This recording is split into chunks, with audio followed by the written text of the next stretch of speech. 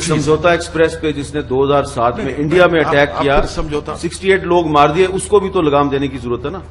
इस पे मैं आपको बताना चाहूंगा कि समझौता एक्सप्रेस जो वाकया हुआ और हमारी इन्वेस्टिगेशन एजेंसीज ने उन खातियों की निशानदेही की, उनको गिरफ्तार किया और उन पर केस चल रहा है और हमको पूरी उम्मीद है कि इंशाअल्लाह ताला वो तमाम के खाती को हिंदुस्तान के इंडियन पीनल कोड की तरह सख्त सजा दी जाएगी। आप समझौता की बात करते हैं, मैं आपसे ये पूछना चाह रहा हूं कि हमारे पास 26/11 का वाकया हुआ, आपका जुडिशियल कमीशन बना, हिंदुस्तान में वो केस चला, अजमल कसब को फांसी दी गई और बंबई के मुसलमानों ने उसको कहा कि हम इसको अपने कब्रिस्तान में दफन नहीं होने देंगे, उसको जेल में दफन होना पड़ा। डेविड हेडली और तहव्वुर राना का मुकदमा चला अमेरिका में, खत्म होगा, सजा हो गई। यहां पर जो इतनी देरी हो रही है, इससे गलत मैसेज जाता है। जैसा आपका पहले सवाल था कि कैसे ट्रस्ट डेफिसिट दूर करें, ट्रस्ट डेफिसिट को दूर करना है तो आप जल्द से जल्द इस चीज को खत्म करिए। जुडिशियल कमीशन जा रहा है हिंदुस्तान को, उनको क्रॉस एग्जामिनेशन करने की इजाजत दी गई है और फौरन फैसला करें। मैं समझता हूं कि अगर इस पर आप एक फैसला लेंगे यहां पर आपके कानून के मुताबिक, तो बहुत एक मुस्बित पैगाम जाएगा। जी, इसके आप भी कहना चाहेंगे? ये जो आपका सवाल है, मैं इस पर ये बताना चाहूंगा कि यकीनन पुरअमन ताल्लुकात का हुसूल मुमकिन है। ये सवाल इसलिए गलत है कि ताल्लुकात हिंदुस्तान और पाकिस्तान में आज भी बरकरार हैं, सिफारती ताल्लुकात बरकरार हैं। अभी जैसा कीर्ति आजाद ने कहा और आपने कहा कि पाकिस्तान की एक क्रिकेट टीम हिंदुस्तान को गई, मगर हम कैसे उस ताल्लुकात को मजबूत कर सकते हैं, मुस्तहकम कर सकते हैं, ताकि दोनों मुल्क तरक्की कर सकें। सवाल का दूसरा हिस्सा यह है कि इसका जिम्मेदार कौन है और इसका फायदा किसको होता है। देखिए, इसका फायदा उन लोगों को होता है जो पाकिस्तान की अवाम और हिंदुस्तान की अवाम को चैन और अमन से रहना चाहते हैं। और मैं ये समझता हूं कि माजी में जो वाकयात हुए, खास तौर से अभी जिक्र हुआ कि बंबई में जो हमला हुआ, उसके बाद जो जुडिशियल कमीशन बनाया गया, अगर जल्दी कार्रवाई होती और उन खातियों को सजा दी जाती तो यकीनन ये एक खुशाइन बात होती और ताल्लुकात को मजीद बेहतरीन बनाने में बहुत अच्छा इकदाम होता।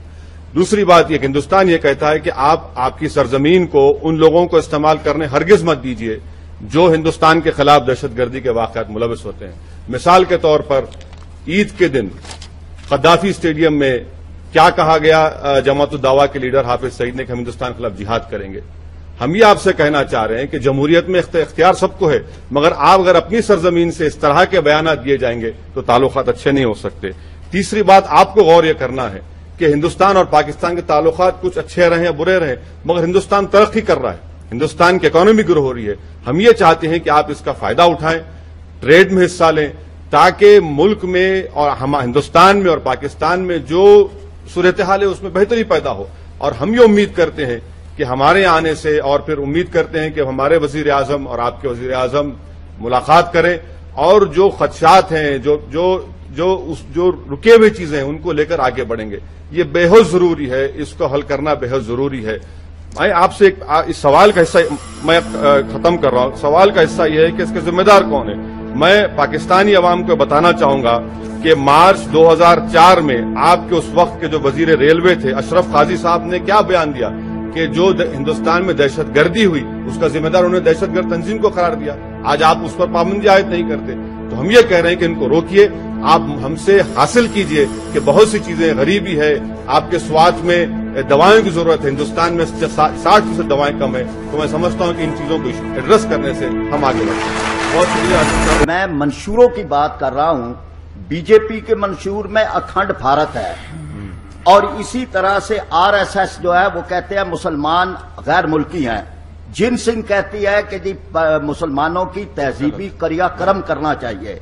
शिवसेना कहती है मुसलमानों और ईसाइयों का मैं अच्छा, ये आपने 3 बातें कर दी, ये बड़ी 3 अहम बातें हैं। कीर्ति आजाद साहब मैं इसका जवाब दूंगा।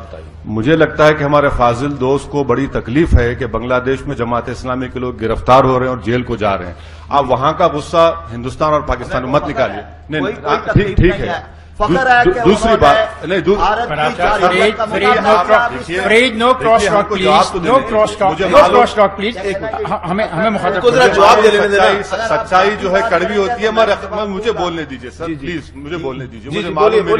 अवैश आप बोलें। दूसरी बात यह है کہ آپ نے جن تنظیم کا حوالہ دیا، دیکھیے ہندوستان میں جو ہمارا دستور ہے، کانسٹیٹیوشن ہے، جس کے ہم تمام اس کے پابند ہیں، اور ہمارا کانسٹیٹیوشن یہ کہتا ہے، اس کا پریامبل یہ ہے کہ انڈیا ایک سیکولر ملک ہے. ہمارے دستور میں جو حقوق دیے گئے ہیں، فنڈامنٹل رائٹ ہے مائنورٹیز کو. آپ مطمئن رہیے کہ ہندوستان کا جو پلورلزم ہے وہ ہمیشہ مضبوط رہے گا، اور انشاءاللہ تعالیٰ اس کو مضبوط رکھیں گے. آپ اس کی ہرگز فکر مت کریے. دوسری بات یہ ہے کہ آپ مسلمانوں کی فکر کرنا چھوڑ دیجئے ہندوستان کے. ہم اپنا فیصلہ کر چکے ہیں، یہ ہمارا ملک ہے، اور ہم یہاں پر اپنے مسائل جمہوریت میں مل کر تلاش کر رہے ہیں. آپ ہماری چھوڑ دیجئے. تیسری بات یہ ہے کہ سر، جہاد کے معنی آپ کے کچھ ہیں اور میرے کچھ ہیں. اگر میں بولنا شروع کروں کیا یہ جہاد ہے کہ شیعوں پر حملہ کرنا، کیا یہ جہاد ہے کہ مساجد کو مار دینا، لوگوں کو مار دینا، آپ بتائیے مجھے.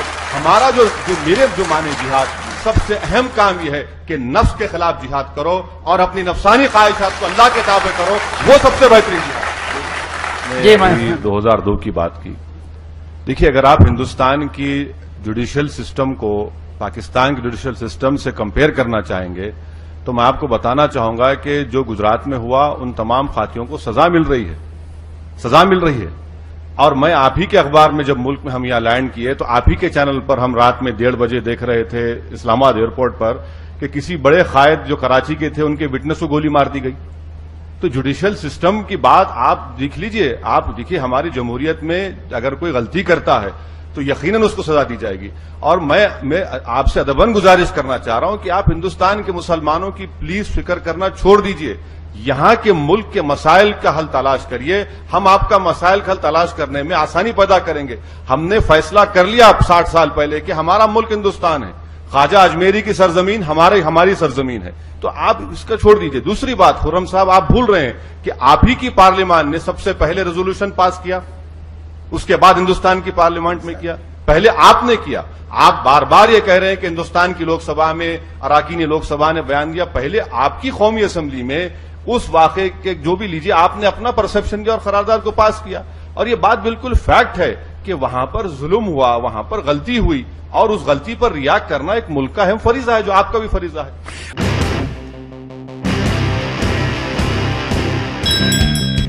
سر مٹھائی کھائیے سر. بٹیا نے 12ویں پاس کر لیا. ارے آگے کی پڑھائی کا کیا سوچا؟ ارے کہاں گنجائش ہے. نہ ضرورت گنجائش کی نہیں، سمجھداری کی.